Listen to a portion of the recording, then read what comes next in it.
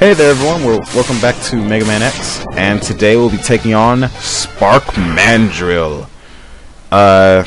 In Japan, Spark Mandrill is known as Spark Mandriller.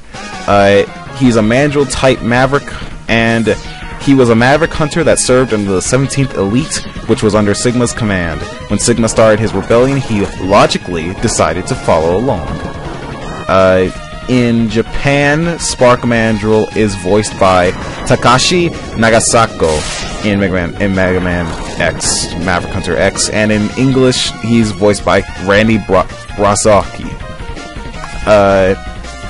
He's weak to the Shotgun Ice, so if you have the Shotgun Ice from Chill Penguin, then you'll be able to take down Spark Mandrill all over the place.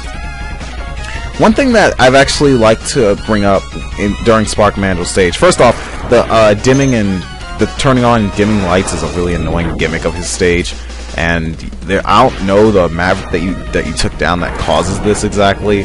I know the next Maverick that we take out will cause his stage to become basically destroyed, but overall, I'm not sure. To get that weapon, you actually have to use the Boomer Kawenger weapon. I'm just showing off my other weapons, just trying to get it, but yeah, that's how you get that weapon, and it's really a good thing to know that you have to use Boomer Kawenger's weapon, because we won't be getting that till about part 9 or something. Anyway, Spark Mandrill's stage is filled with those guys, those little light things that keep flying all over the place. They like to constantly fly over the place and hit you when you're not expecting it. Like that guy. Fuck him. I'm sorry. Sorry, excuse my language, but that guy just... I hate these enemies. They're so annoying because they do things like that and almost knock you down to pits, and I try not to die in levels, because then that just ruins my mojo, and... God, screw those guys.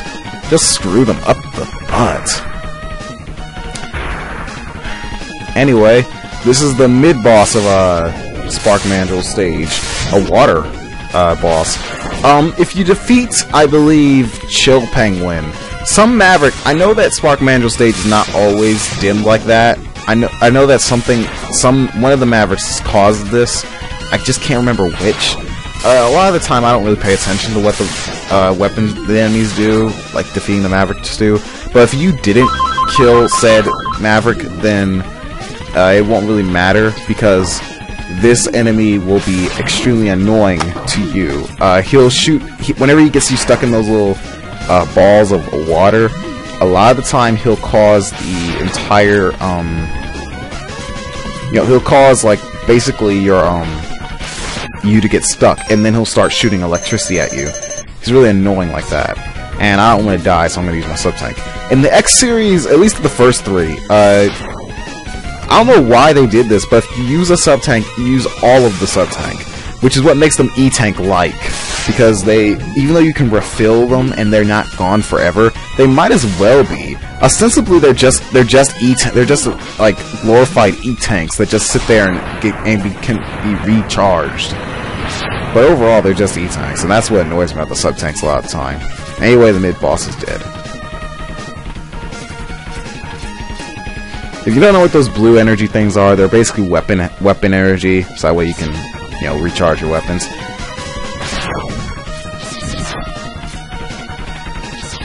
You know that wheel enemy that we just killed? He actually reminds me a lot of Kirby's wheel form in the Kirby games. Like Kirby's Adventure and the like. Right, Nightmare, Return to Dreamland, Nightmare in Dreamland, all that stuff. Yeah, whenever Kirby gets into his wheel form, that enemy reminds me a lot of him. Maybe Capcom was stealing it.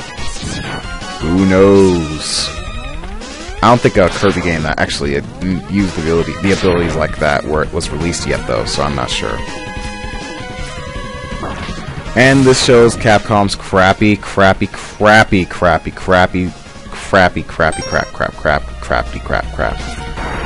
use of, respawning enemies. I can't stand it. Respawning enemies should only be allowed if you walk away for like a minute. They shouldn't come back 5 seconds later. Why is it that 5 feet later all of a sudden the enemy is back? Makes no sense.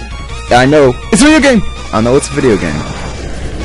but it still doesn't make sense in the gameplay perspective. Also, that heart tank up there, you can get it if you're good enough to get it. I can't, but so so if you're not skilled enough to get that heart tank by dashing up there to the wall and getting it, then you have to use Boomer Kawenger's weapon to grab at the heart tank.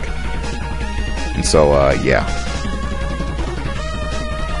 So one thing that I actually find funny about all of the Mavericks in Mega Man X is the fact that a lot of the Mavericks in Mega Man X are basically former Maverick hunters, at least in Mega Man X1. And I think that's actually an interesting thing, that most of them are Maverick hunters, are former Maverick hunters, because they are actually Mavericks that have kind of been, in a lot of cases, forced to be what they are. And with that forced to be who they are, I mean, or forced to be what they are now, I mean, that's a sad existence to think about.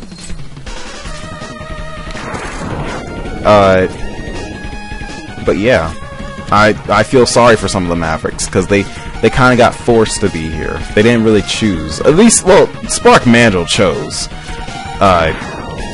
Storm Eagle didn't, or Flame Mammoth didn't. Well, Flame Mammoth kind of did. He was kind of a dick anyway. Storm Eagle kind of didn't, though.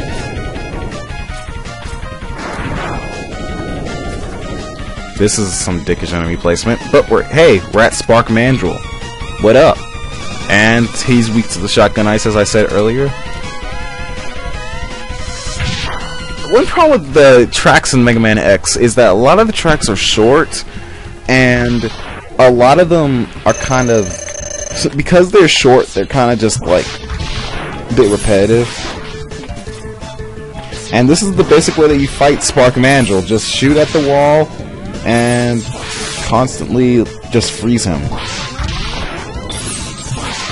He's really easy when you have the shotgun ice. If you don't have it, then he's really hard. I died there, yes, but I mean, I don't like to show deaths on screen, but I just decided I might as well show that when you die, what happens. You don't get your weapon energy back, nor do you get anything in your sub tanks. However, you do get full health, so I guess that's a good trade-off.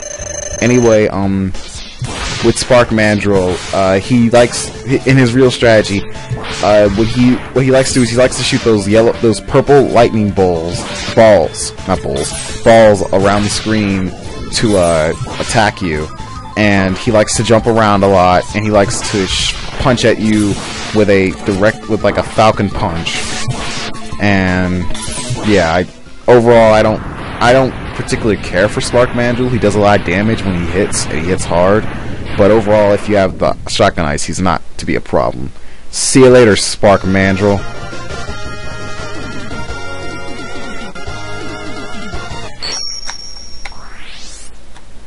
Yeah!